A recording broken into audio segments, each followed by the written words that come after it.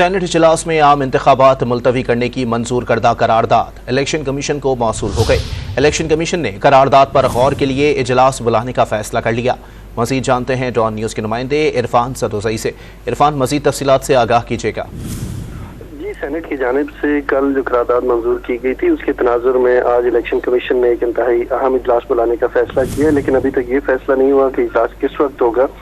जो करारदाद है उसकी कॉपी इलेक्शन कमीशन को मौसूल हो गई है और उसमें जो बुनियादी तौर पे जो उसमें जवाब बनाई गई हैं चीज़ें, एक तो सख्त मौसम है जिसमें शदीद सर्दी है, आगे बर्फबारी का मसला है बलोचिस्तान और जो नॉर्थ पंजाब नॉर्थ पाकिस्तान है जिसमें KPK गिलगित बल्तिस्तान इलाकों में सख्त सर्दी होगी, बर्फबारी के बायस टर्न आउट कम हो सकता है। इसके अलावा लॉ एंड ऑर्डर का भी इसमें इशू उठाया गया है जिसमें कहा गया है कि कुछ सियासी जमातें उनको टारगेट किया जा रहा है और बिलखुसूस दो जो सियासी रहनुमा है उनका भी नाम लिया गया है जिनमें मौलाना फजलुर रहमान है और एमल वली खान है। इन्हें सिक्योरिटी थ्रेट्स हैं और कहा गया है कि इस बुनियाद के ऊपर इंतखाबात मुलतवी किए जाए। और करारदाद में यह भी कहा गया है कि इलेक्शन कमीशन जो अभी शेड्यूल जारी है जिसमें 8 फरवरी को पोलिंग डे है, इसको मुअत्तल करें और उसके बाद जब हालात ठीक होंगे तो उसके बाद इलेक्शन शेड्यूल जारी करें। तो इलेक्शन कमीशन ने इसके ऊपर गौर-ओ-गौज के लिए इजलास तलब कर लिया है और देखना यह है कि इजलास आज होता है या सोमवार, लेकिन इलेक्शन कमीशन में छुट्टियां मनसूख हैं, जितना भी अमला है वो काम कर रहा है, तो किसी भी वक्त ये इजलास बुलाया जा सकता है और इसके ऊपर गौर-ओ-गौज के बाद इलेक्शन कमीशन